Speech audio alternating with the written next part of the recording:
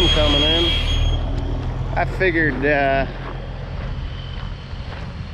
may as well videotape it. I need about 1,000 tons of this shit, and not really a big problem to do that. It's just we're gonna start with 100, and he's gonna put it right down here in front of this corn pile. We'll get 100 tons, and then in a month I'll get another 100 tons, and in a month I'll get another 100 tons. You know how it goes. And I'll get my 1,000 tons. Not all put right here, but this is where it's gonna go. So he'll park that right here, right where we always do, and he can put it right up against that corn, and then the next load I'll move this spreader, but it'd be all right. Let's say we do this. I kind of want to catch this dump. That's all. So we'll just leave it right there.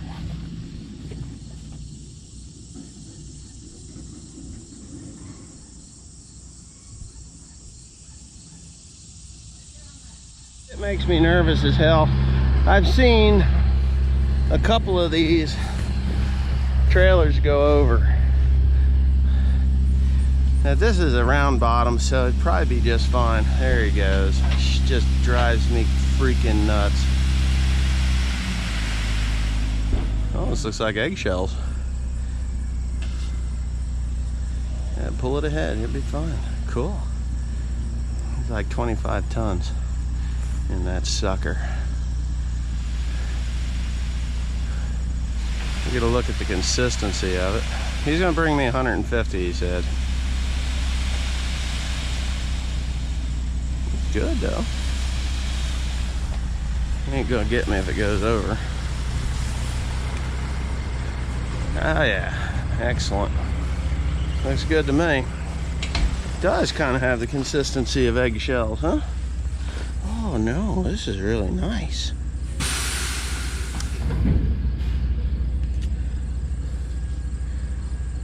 I'm gonna have to get a lime spreader for this. Wow.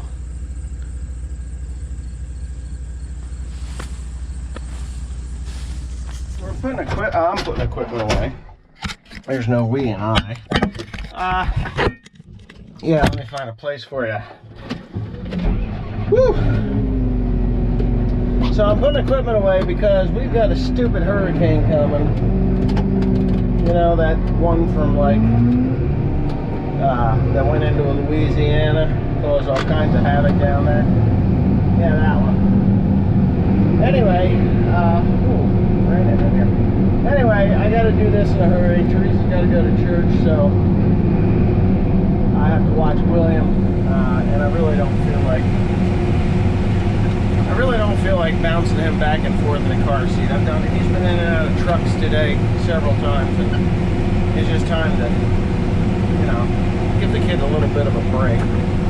I might mow the grass when I get home, I don't know. Anyway, we've got a wedding to go to. Cody's getting married, or whatever you want to call it. I guess that's what you call it, getting married. So he's getting married, and that's going to screw the pooch here for the weekend. And it's fine. And yeah. But anyhow, I am going to just back this bad boy into its spot. And we're going to go talk about lime. Now, does anybody want to hear about calcium and what it does for you?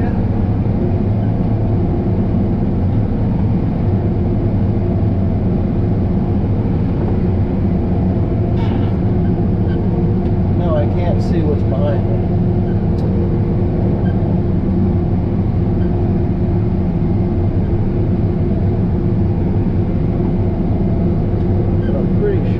Safe back there. I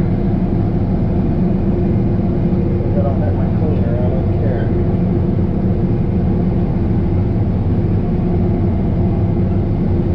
We're not going to risk it, we'll go there. Anyway. Alright, so let's talk about calcium. Alright, so earlier in the video, I'm sure it's on this video. If it's not, I just got buzzed by a goddamn horsefly. I hate those things. Yeah, I'm right up against the cleaner. just about hit it, or did I just touch it? Yeah, I just touched the cleaner. We don't want to do that. So anyway, yeah, there's plenty of room in here. Plenty of room in here. I don't know. Oh, but whatever. Anyhow, doesn't matter, right? I got other things I can put in there. So earlier in the video, I'm kind of scatterbrained, but I got a couple of loads of lime delivered. And I'll tell you what, I think it's really nice looking lime. It's high calcium lime. It's not high magnesium lime. There's a difference in limes and things like that. So, I don't know if you guys out west are really familiar with it. I don't know. It seems to me like it's a regional thing. There's places that need lime and other places in the country that their soil is alkaline and they actually need to use acid. You know, or the fertilizer that they use never really changes the pH in the soil. Should put that tractor in, but yeah, I really should. I can slide it in there, but I'll do that in a minute. So anyway, let's go see. What lime does is it raises the pH in your soil. What happens in this clay soil? It is we have heavy clay soil. And for some reason, it's very acidic. It becomes acidic, or seems to be acidic. So anyway, we have to add calcium to neutralize that acid and bring it up as close to 7. 6, 8 is really good. 7 is ideal, that's neutral. Nothing rusts, nothing, you know, it's a really good, pH to be at. So you kind of want that neutral pH. Now what a neutral pH, you don't want to go alkaline, because if you go alkaline, then your problems can actually become worse, but or your solution becomes a problem. So what you do with this calcium is it raises the pH. When you raise the pH, that actually allows the root growth, the roots to grow better. It will release bound nutrients that bind to clay particles. Once you bring that pH up, it will actually release a lot of phosphates and potassium and other micronutrients like zinc and other things that are bound up in the soil. It also will allow herbicides to work better. If you've ever heard of anybody talk about alkaline soils, that's how they work. How about this? There's more tricks to this thing to get it to start. Oh God, I'm hoping. I'm teaching you guys how to start this 50-20, and you know, not that it matters because you're never going to get close enough to it, but okay, that's that. And then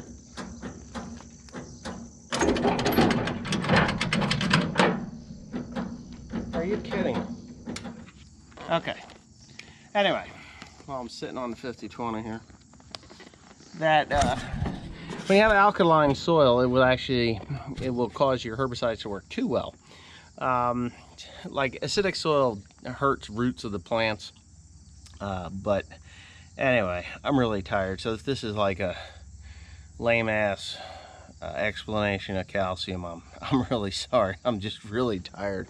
I've been running my ass off. I think I've lost 10 pounds today.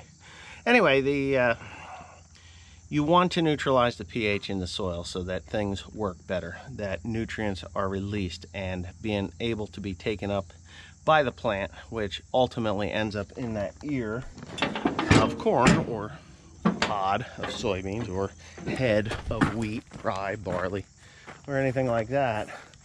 I'm not going to brag about my corn, but I have been using the mushroom compost, and it has some lime in it. It also has gypsum in it. Now, gypsum does not neutralize soil pH, but it allows the nutrients to release from clay particles. It makes it, just say like it's the KY jelly of the soil. It makes it slippery and all this stuff will come off, and then the plants can bring it up. I've used on this farm for the last 3 years mushroom compost to great success. I don't know what the yield on this farm is going to be. My yield check that I did personally, and it's looking like it's going to be well over 250 bushels to the acre. Okay, is it going to be 250 bushels to the acre? I don't know. I'm pretty sure it will be, but it is what it is. I can brag about it, but it doesn't matter until it gets through the combine, in the bin, in a truck, and out to a mill someplace. Where the hell is this? Somebody giving me tomatoes? Why would somebody give me tomatoes? I got tomatoes coming out of my ass. So, anyways, that's when you know how much your yield actually is. And I see guys go with their fancy yield monitors, and they're like, "Oh yeah, this is how much it is." I don't care what your yield monitor says. I really don't. It's nice to watch it, but in the end, that $20,000 unit that you put on your combine, what has it really done for you? And is it accurate? That's the other thing. Is it 100% accurate? I know that when you get a check after delivering said grain to the mill, that's accurate. That's about as accurate as you're gonna get. Now, they're thieves, you know. The mills are thieves. They want to steal from you. They'll nitpick you on a moisture, you know, and they'll nitpick you on foreign matter. And to be quite honest with you, I was very disappointed this past year that they hit me with so much. They hit me with so much foreign matter, and I emptied that bin down the center, and they still hit me for foreign matter. And I'm telling you right now, there was no foreign matter in there. So this year, I'm gonna put up my cleaner. I've got a cleaner, and I'm gonna clean that corn as it goes into that bin. And all the screenings or cleanings will go into something, and then I got an old gravity wagon. I can put it in, and we're gonna grind it up and feed it to the cows, and they can eat it, and then I'll raise beef on what they would normally just dock the ever-loving shit out of me for. So that's the plan. So then I know they're gonna get whistle clean grain. I do have some work to go on that corn head. I saw that Millennial Farmer was working on his corn head. I think he's gonna need, on a couple of those fields where the stalks have snapped off on his. You know, Zach, if you watch this, which I don't think you do watch my channel, you know, I'm not your cup of tea, but if you do watch my channel, a green platform, go get yourself, your combine is big enough, go get yourself like a 18, 20, 22 foot grain platform. Yes, you're going to be running a bunch of crap through that combine, but you'll get your ears.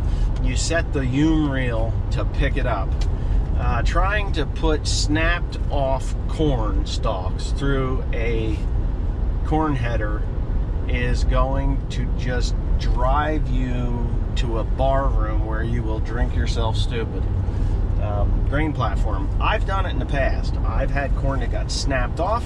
I've had corn that was very short and due to drought and poor practices, poor farming practices. Yes, I'm admitting that I did some fuck ups. But you know what? It's a slow go, but you get it all. You get all those ears. It will pick them right up. And I think I even did a YouTube video of me one time picking corn with a grain platform. Wasn't fun, but I did it.